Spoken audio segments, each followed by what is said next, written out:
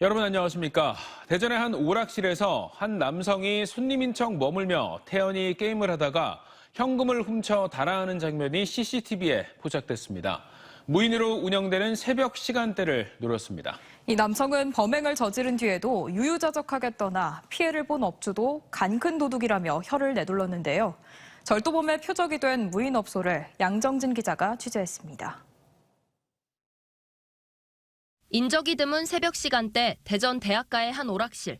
한 남성이 서류 가방을 들고 오락실에 들어옵니다. 잠시 뒤 동전을 바꾸고 손님인 척 게임을 2차례 합니다. 주변에 아무도 없는 상황을 확인하자 서류 가방에서 절단기를 꺼내 들고 카운터로 다가가 안에 있던 금고에서 현금을 훔쳐 나옵니다. 이번엔 화폐 교환기를 노립니다. 게임 기업 교환기를 구석진 곳까지 끌고 가 안에 있던 돈을 가방에 챙깁니다. 이어 입구 쪽에 있는 화폐 교환기도 사람들의 시선이 보이지 않는 뒤쪽까지 가지고 가 범행을 반복합니다. 그때는 학생이 계산 안 했고 새벽 2시경에는 사람이 거의 없습니다. 그 새벽 시간을 이용해가지고 이 사람이 들어간 겁니다. 남성은 이 오락실에서 30여 분 동안 머물면서 게임을 한 뒤 금고와 이 화폐 교환기에서 500만 원 상당을 훔쳐 달아났습니다. 돈을 챙긴 뒤에도 서두르는 기색 없이 범행 장소를 천천히 떠났습니다. 우리가 오락실을 한 20년 동안 운영했는데 이렇게 참 간이 크게 훔쳐가는 놈은 참 도둑놈은 처음 봤습니다. 정말 무인으로 하기 때문에 방지하기 위해서라도 이놈은 꼭 잡아야 된다고 그렇게 생각합니다. 전날 새벽 비슷한 시간에도 이 남성이 오락실에서 목격된 걸로 알려져 미리 범행을 계획했을 걸로 보입니다. 경찰은 현재 CCTV 등을 추적해 해당 남성을 찾고 있지만 아직 찾지 못해 추가 피해가 우려되는 상황입니다. 인건비 때문에 관리하는 사람이 없는 무인 점포가 절도범들의 표적이 되고 있습니다. TJB 양정진입니다. 대전에서 항생제가 잘 듣지 않는 항생제 내성균 감염증이 급증하고 있습니다. 대전 보건환경연구원에 따르면 지난해 지역 의료기관에서 확인된 항생제 내성균의 일종인 카바페넴 내성 장내 세균 속 균종, 일명 슈퍼박테리아로 불리는 CRE 감염증 양성 건수는 모두 498건으로 지난 2021년 297건에 비해 67.7% 늘었습니다. CRE 감염증은 2급 감염병으로 요로 감염과 폐렴, 폐혈증 등을 유발할 수 있습니다. 연구원은 항생제 내성균 감염 예방을 위해 의사가 처방한 경우에만 항생제를 사용하고 감염 예방 수칙을 준수할 것을 당부했습니다.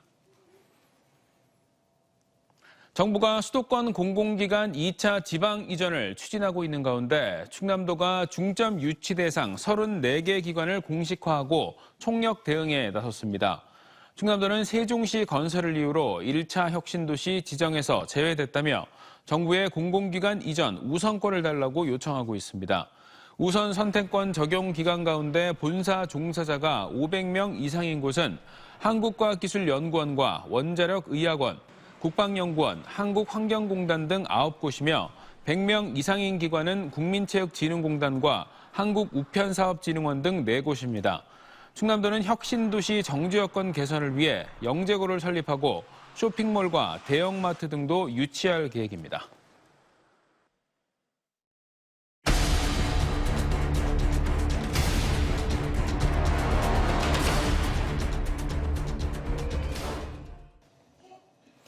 시청자 여러분, 이 표 한번 보시겠습니다. 충남 각 시군의 출산 지원금인데요. 천안 아산은 둘째를 낳을 경우에 50만 원 정도, 서산 당진은 100만 원, 그리고 조금 더 다급한 상황인 홍성 예산은 400만 원, 서천과 청양은 첫째만 낳아도 500, 둘째 1,000만 원, 셋째는 무려 1,500만 원을 지급합니다. 그런데 이렇게 출산 지원금 많이 주더라도 인구만 늘어난다면 전혀 아깝지가 않겠죠. 결국 청년들을 농촌으로 돌아오게 만들어야 하는데 주택 제공은 기본이고 앞으로 채무 탕감 계획까지 나올 만큼 절실한 상황입니다. 기획부도 소멸위기 해법은 없나? 김진석 기자입니다. 지난해 말 5만 명이 무너진 서천구는 파격적인 출산 대책과 청년층 인구 유입 대책을 내놓고 있습니다. 첫째 자녀 500만 원에서 5명 이상을 기르는 가정에 3천만 원의 출생 지원금을 비롯해 39세 이하 무주택 청년이 전입하면 임차보증금 5천만 원, 월세를 60만 원까지 지원합니다. 지역 청년들이 관내 기업체에 취업할 경우 50만 원의 취업 성공 수당에다 결혼 정착금, 전입 정착금까지 각종 지원금과 장려금을 만들었습니다. 하지만 이 같은 단기적 대책이 한계에 이를 것으로 예상되자 마을과 학교를 함께 살리는 농촌학교 연계형 주거단지 건설이라는 대책을 최초로 내놓았습니다. 우선 한산면 마산초협회 328억 원을 들여 산업연계형 공동주택단지 부지에 300세대의 임대주택을 건설하고 면 단위의 이 사업을 확대해 청년 정착을 유도하기로 했습니다. 장항산단의 입주기업이 늘어나면서 근로자들의 주거를 지원해 줄 필요가 있습니다. 지역 소멸기금을 활용해서 서천사리 공동주택 개발 사업을 역점적으로 추진하고 있습니다. 지난 1980년대 20만을 넘던 논산시의 현재 인구수는 11만 명도 이태로운 상황입니다. 자녀당 200만 원의 출산 지원금을 비롯해 결혼 축하금 700만 원을 올 하반기부터 지원하는 등 각종 지원 장려금 제도를 마련했습니다. 장기 대책으로는 관내 산부인과의 운영비를 연간 5억 원 지원하는가 하면 공공산후조리원 건립 추진 등 출산 인프라 기반을 마련하는 대책을 올해 본격 추진합니다. 산후돌봄 사각지대 해소를 위한 논산 공공산후조리원 건립비로 100억 원을 투자하여 2024년 12월 완공을 목표로 추진 중에 있으며 코로나19와 노령화로 인구 감소가 더욱 빨라지면서 소멸 위기가 더 심각해지자 충남도 내 기초지자체마다 인구 대책부서를 앞다퉈 신설하고 파격적인 대책을 추진 중입니다. 적게는 수백만 원에서 많게는 수천만 원까지 채무 탕감 대책도 조만간 선보일 전망입니다. 소멸 위기에 직면한 도내 지자체들이 인구를 늘리기 위한 지원금을 만들거나 늘리는 것은 단기적인 효과밖에 거둘 수 없다는 한계에 직면함에 따라 돌봄과 의료, 주거가 통합된 서비스를 함께 준비하고 있습니다. TJB 김진석입니다. 청년들의 어촌 정착을 위해 태안군과 한국수산자원공단이 어선을 빌려주는 어선 임대 사업을 펼칩니다. 기존 어업인이 보유한 연안 어선을 빌려주고 공단이 임차료의 50%를 지원해주는 사업으로 어업 교육과 멘토링, 전문가 컨설팅도 함께 제공됩니다. 태안에서는 만 40세 미만 어업과 양식업 경영인 또는 경영 예정인을 대상으로 지원금을 주는 귀여 창업 지원과 주택 구매 지원 사업도 이뤄지고 있습니다. 오늘 낮 1시 15분쯤 대전 서구 도안동 옥녀봉 지하차도 진입로에서 승용차와 1톤 트럭이 추돌하면서 50대 여성 승용차 운전자 등 2명이 다쳐 병원으로 옮겨졌습니다. 경찰은 승용차가 먼저 중앙분리대를 들이받은 뒤 뒤따르던 트럭이 이를 피하려다 옆으로 넘어진 것으로 보고 정확한 사고 경위를 조사하고 있습니다. 어제 오후 4시 25분쯤에는 당진시 정미면에서 40살 남성이 몰던 오토바이가 앞서가던 포크레인을 추돌해 오토바이 운전자가 숨졌습니다. 지방의원들의 업무 추진비는 자칫 쌈짓돈처럼 쓸 우려가 있기 때문에 언제 어디서 어떤 목적으로 썼는지 자세히 기재해야 하는 게 원칙입니다. 그런데 한 시민단체가 대전 지방의원들이 쓴 업무 추진비 내용을 자세히 들여다봤더니 엉터리로 기재한 사례가 한두 건이 아니었습니다. 노동현 기자의 보도입니다. 지난해 12월 유럽 출장을 떠난 대전시의회 이재경 행정자치위원장이 쓴 업무 추진비 내역입니다. 21명의 국외 출장 직원들을 격려하기 위해 식초 구입비로 100여만 원을 썼다고 기재돼 있지만 당시 동행한 직원은 3명이었습니다. 논란이 불거지자 이 의원은 뒤늦게 사용 금액을 모두 자진 반납했습니다. 개인적으로 정치인으로서 이제 책임을 느끼셔가지고 본인 자비로 해서 반납을 하신 부분이에요.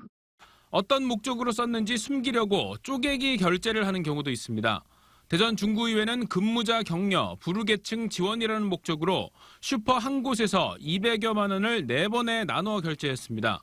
결제 금액이 50만 원을 넘으면 사용 대상과 소속 등 증빙 자료를 내야 하기 때문에 이를 피하려고 꼼수를 쓴 겁니다. 대전 참여자치시민연대는 지방의회 업무 추진비 집행 내역을 확인한 결과 대전시의회에서만 22건의 착오 지출과 기재 오류가 확인돼 수정했다고 밝혔습니다.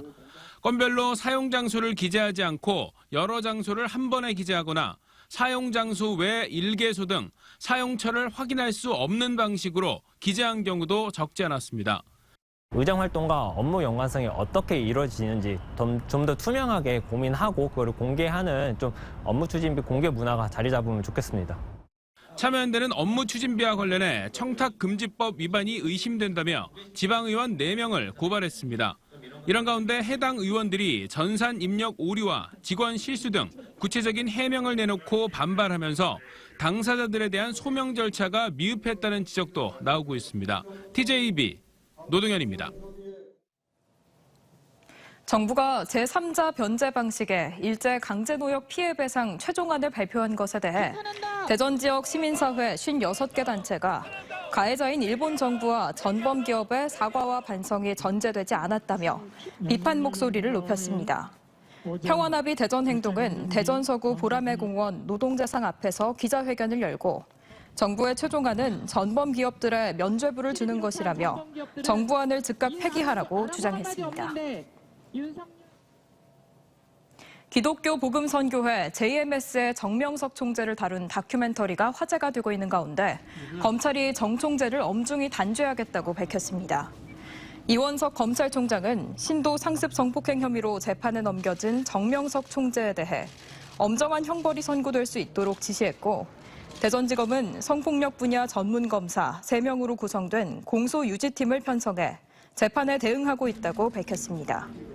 정 씨는 지난해 10월 28일 스스로를 메시아로 칭하며 신도들을 세뇌한 후 외국 국적의 여신도들을 준강간한 혐의로 구속 기소됐으며 그동안 공소 사실을 전면 부인하고 있는데 내일 대전지법에서 4차 공판이 열립니다.